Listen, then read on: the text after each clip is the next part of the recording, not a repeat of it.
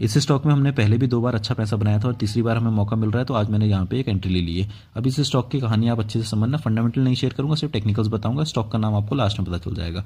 इस स्टॉक में करीब 2023 के आसपास हमने यहाँ पे अपनी पहली एंट्री ली थी। वो एंट्री किस बेसिस पे ली थी, क्योंकि ये अगर आप 2 लाइन देखोगे, एक ये वाली और एक ये वाली, एक अच्छी रेंज इसकी है जो पास्ट में अगर आप देखोगे 2017 के आसपास काफी टाइम तक इस रेंज के अंदर ये स्टॉक मूव करता था। 15-17% के आसपास की इसकी रेंज थी। तो उसी रेंज को हमने इंपॉर्टेंट मानते हुए यहाँ पे जब इस रेंज में एक बेस यहाँ पे फॉर्म हो गया था, इसका रेंज में एंटर किया, उसके बाद यहाँ पे एक बेस फॉर्म हो गया और उस बेस की हमने यहाँ पे एंट्री बना ली थी। तो लकीली हमारी 2-3 दिन के अंदर ही 15-17% का यहाँ पे हमें गेन मिल गया था। हम एग्जिट करके निकल चुके थे, आपके साथ शेयर भी किया था। ये बहुत ही अच्छा गेन था, लेकिन उसके बाद ये वापस यहाँ से जब फॉल करने लगा, क्योंकि हम प्रॉफिट बना चुके, तो हम वेट कर रहे थे दोबारा से एक नया हमें यहाँ पे पैटर्न मिले। और पैटर्न मिला भी, क्योंकि स्टॉक में एक आप इसको रिवर्स हेड एंड शोल्डर बोल लो या फिर एक कप एंड हैंडल, तो ये यहाँ पे एक बड़ा सा कप बन रहा था और इसके साथ एक हैंडल बन रहा था। तो एक complex cup and handle pattern ये बन रहा था, जिसका एक दूसरा हैंडल यहाँ पे फॉर्म होने जा रहा था। तो इस ट्रेंड लाइन के बेसिस पे जो इसके कप का जो लो पॉइंट है और इसके हैंडल जो है इसके साथ मैंने मार्क कर रखा था, यहाँ पे मैंने एंट्री बना ली।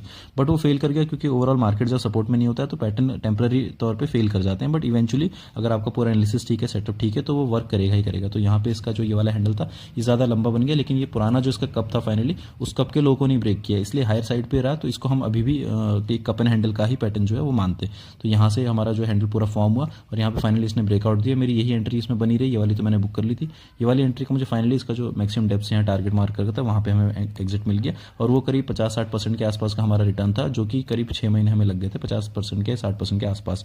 आपके साथ शेयर भी किया था, मेरी वीडियोस में जाके भी चेक कर सकते हैं। उसके बाद वहीं से स्टॉक ने रिवर्सल दिखा और वापस से स्टॉक फॉल करके अब इस वाली रेंज पे आ गया। अब ये रेंज इसके लिए बहुत इंपॉर्टेंट है जहाँ पे भी स्टॉक आया है। क्यों इंपॉर्टेंट है, क्योंकि पहली बात तो ये रेंज अगर आप यहाँ पे नोट करोगे तो एक बड़ा सा कप और एक बड़ा सा इस पुराना जो हमने कप लिया था उसी को अगर आप हैंडल मान लेंगे, तो एक बड़ा सा कप और हैंडल होगा, जिसका यहाँ पे टेक्निकल टारगेट हमने पहले से ही मार्क कर रखा था, पुरानी वीडियोस में भी आपके साथ शेयर किया था।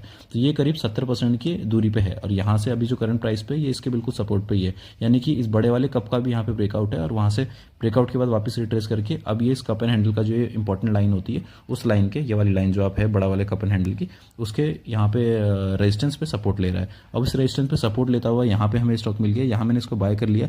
अगर ये यहाँ से फर्दर फॉल करता है तो बड़े वाले कप के साथ एक जो ट्रेंड लाइन जा रही है इसके यहाँ पे सपोर्ट पे हमें एक और इसमें एंट्री बनाऊंगा। अभी 1% से एंट्री बनाई है, बट डाउनवर्ड मैं इसको एवरेज करता रहूंगा जब तक ये अपने लास्ट यहाँ तक पहुंचेगा और मैं इसमें सारी क्वांटिटी अपनी इन कर दूंगा, क्योंकि मुझे फंडामेंटली काफी अच्छा स्टॉक लगता है और अच्छे खासे ट्रेड ही दे देता है। उम्मीद है इस बार भी अच्छा दे देगा। स्टॉक का नाम इमामी लिमिटेड है।